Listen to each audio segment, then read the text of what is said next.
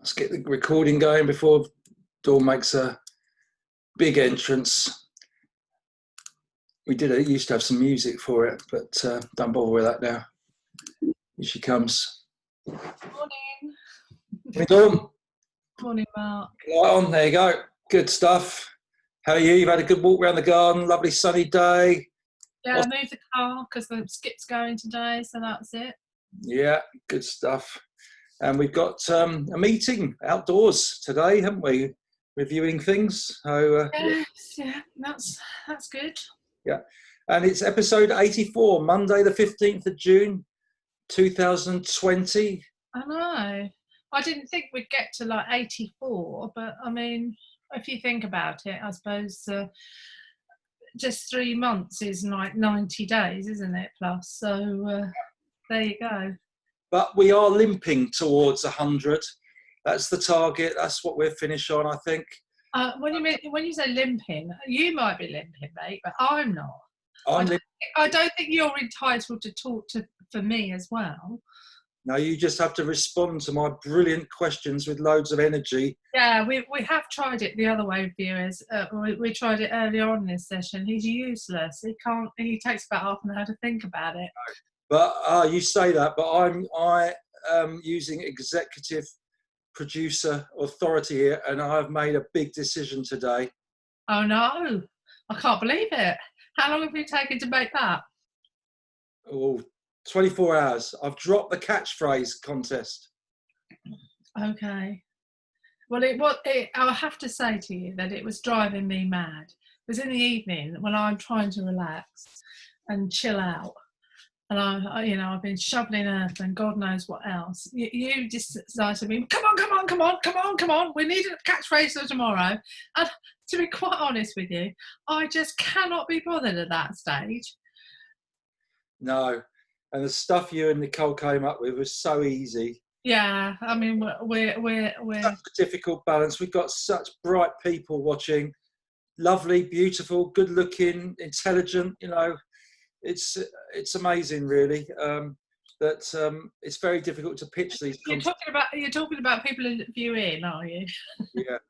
But it made me think. Now, why am I continuing with the music contest? Well, it's a hot contest. There's 4 people in it.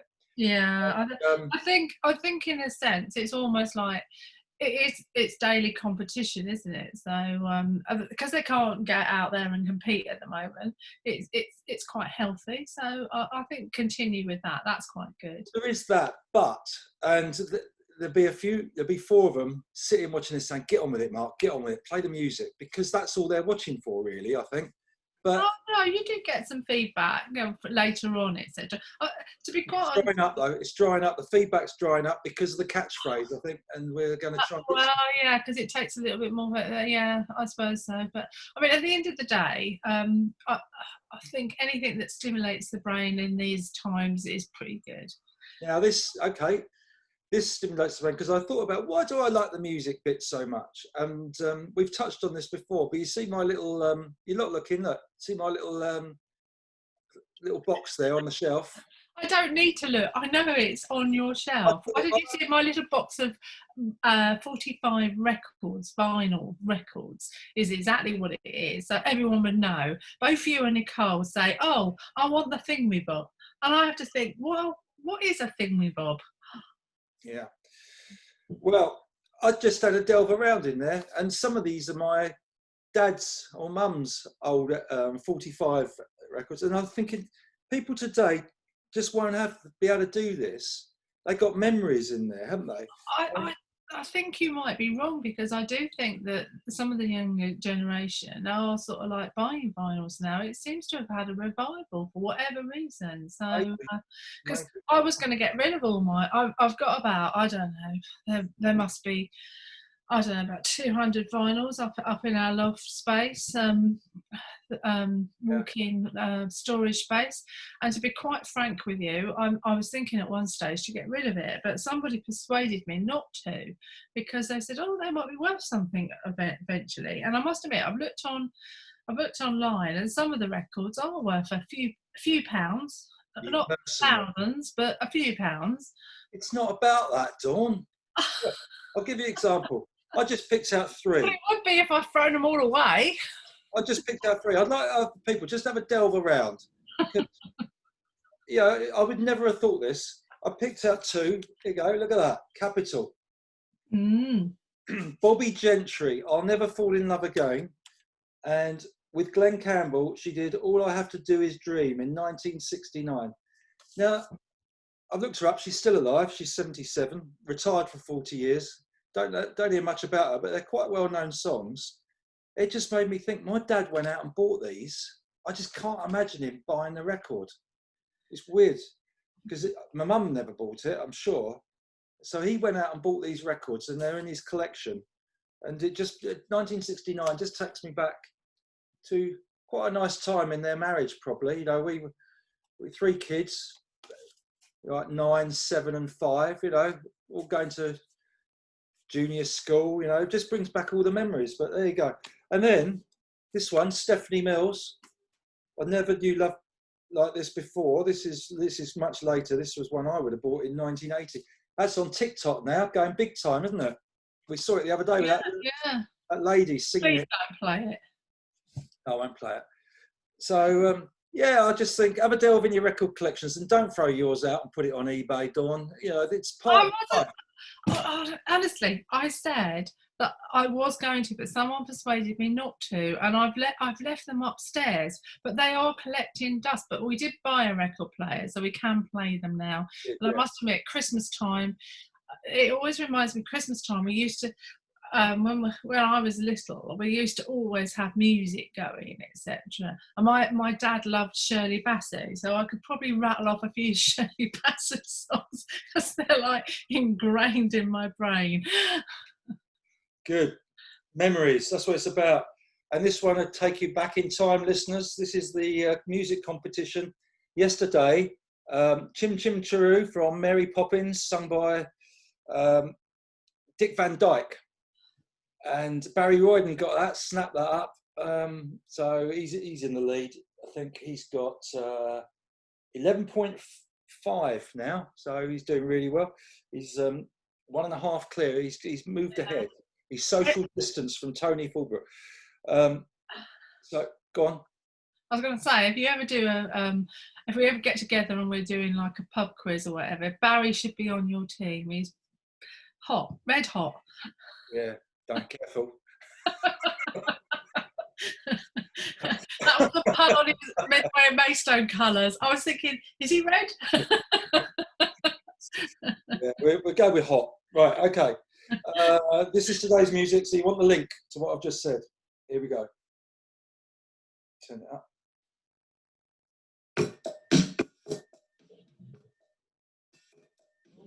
Well, there you go. A little bit more. I think that is definitely tougher than yesterday. Okay. I want the link as well, though. If you're not sure of the link and you think you got the song, give us a shout, Messenger or something, and I'll confirm it rather than give half a clue away. So good. Okay. Bit of feedback yesterday. Yeah. Graham Saker agrees. He said I think he was picking up one of the possible subjects about whether people are more offended today than they used to be. And he thinks they definitely are. But I guess it's a lot easier to tap away at a keyboard than it is to say it face to face to somebody, isn't it? I think people should remember if they wouldn't say it to your face, then don't put it in words. Yeah, good point. Grazia, she agrees with you, of course, as she does with everything. No, she's agreed with you a couple of times. They've all agreed with you on everything. Yeah, over 83 episodes. Don't know. You can't understand it, can you? No, you're so outspoken, yet everyone seems to agree with you. It's a bit like Brexit. The 6 people that give feedback agree with you, and the other 180 whatever are too embarrassed to say anything. Well, if you haven't got anything to add to the conversation, you don't tend to say anything. And I am sort of like out there, and I do say what I'm thinking, etc. I don't mean to upset people, but as I said the other day, I'm more wary now of, it's difficult. The times are difficult, so I tend to smile, and if people stop and have a chat, they're feeding off of, you know, okay, she's friendly, I'll talk to her.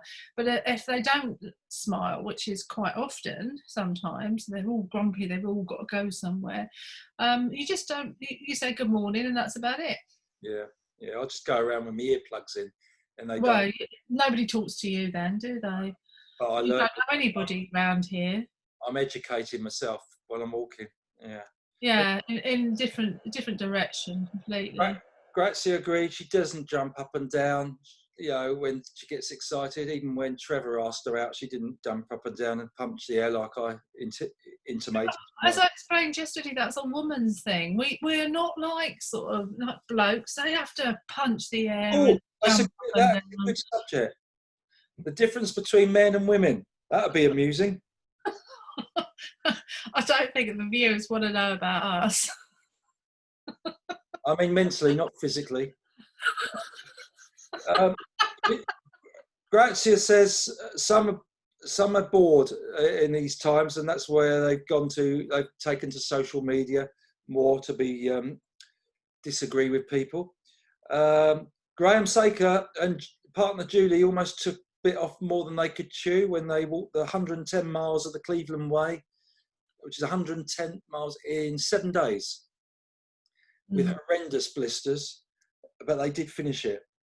So they didn't actually bite off more than they can chew because they finished it, didn't they? Well, they felt they did because it wasn't comfortable, it wasn't enjoyable, and I think that's where you get to, isn't it? I think you think, oh, I've done it, but I don't think I'll do it again. Whereas if you are doing something within your scope, and you've enjoyed it, and you're within comfort, you would do it again, wouldn't you? Yeah, yeah. Angie Crush chipped in with her perfect day, which includes a park run, a day at the beach with family and friends. There you go. There's too many people doing that. Not the park run, the day at the beach with family and friends, isn't there, at the moment? Well, as I said to you, if I'd driven down to the coast and there were loads of people on the beach, I'd have just turned around and gone back home. That's you know, I thought, well, I'm too late. I'm you know, it's a bit like queuing. You've missed your chance, haven't you? Yeah. But I mean, there are a lot more things going on that are terrible. I mean, 6,000 people having a rave in Manchester. I mean, what is that about? Riots, protesting, all of it. I mean, are they mad? And I have to say that I just cannot understand it. No. Not when there's a virus out there that could kill you. And do they not care? No, they'd be much happier delving through their dad's record collection and looking for Bobby Gentry records, I think. Yeah. I don't know. I really don't know. But they need to find something else to do. They do, yeah. Go for a run in the countryside. Angie, she does jump up and down. I said to you, Angie would. Yeah, I said that, didn't I? I think we both agreed on that one. She's a pole vaulter, though. Yeah. Yeah. But she jumped up and down when Mo Farah won in 2012. Yeah, we could mention that. At the top of my voice. Yeah. I couldn't be heard though because I was in the crowd at the stadium and nobody could be heard. It was just, wow, unbelievable. The Man United last-ditch victories, especially European Cup, and also when her son Huxley beat a very flashy tennis guy. There's nothing better, is there, really? Oh, no. How the mighty fall. Yeah. Flat in your face. Seeing someone crushed who's a bit cocky. Yeah. And they bit off more than they could chew when they bought a house, flattened it to start from scratch to build one to their own design. And it was a bit more complicated than they thought and took 3 years. Can you imagine the one that they planned? Yeah. Yeah.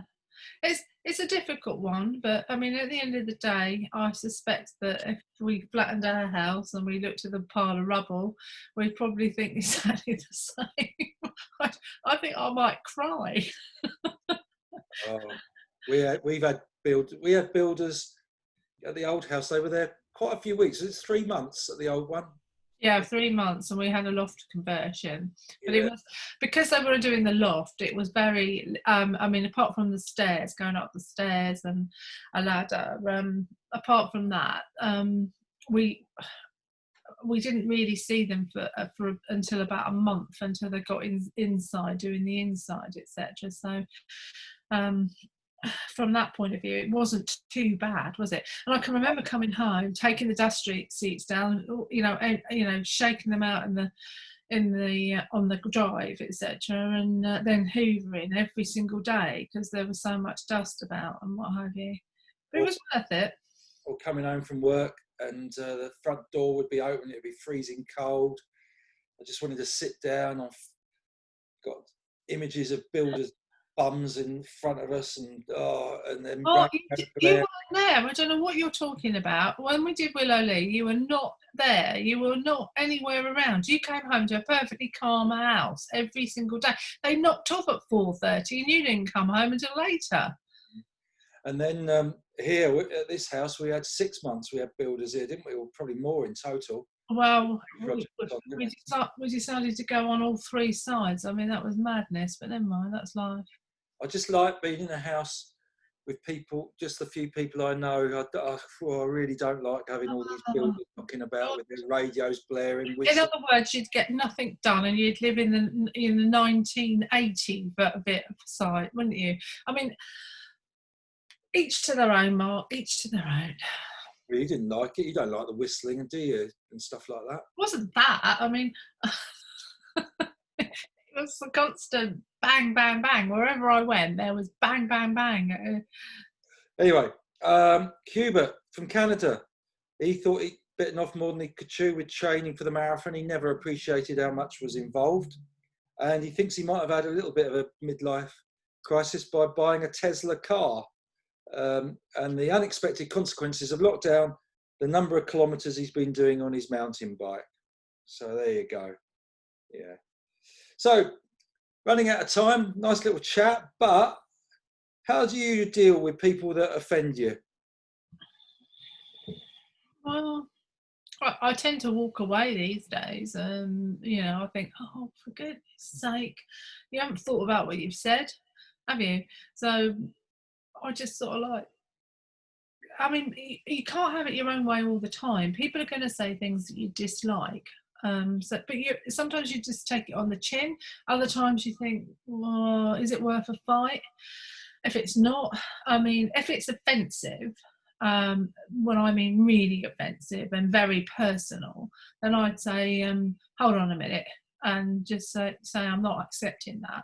That's, you need to be a bit more careful how you approach people, or something like that, something sort of to take them aback, to think about what they're saying. But apart from that, I probably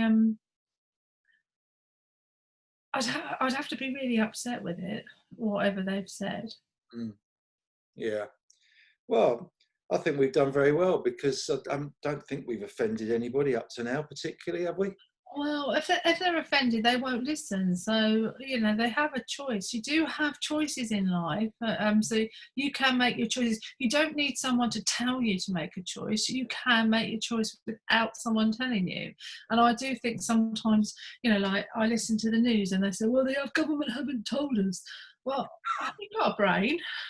Do you think for yourself? God's sake, just sort yourselves out, will you?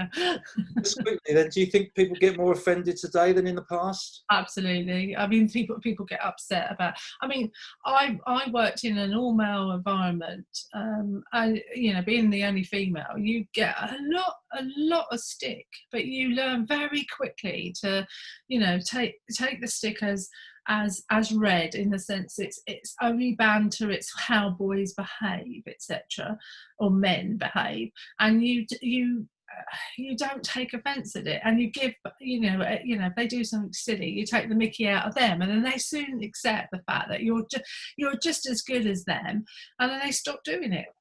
That is very sexist. I know. But then the world.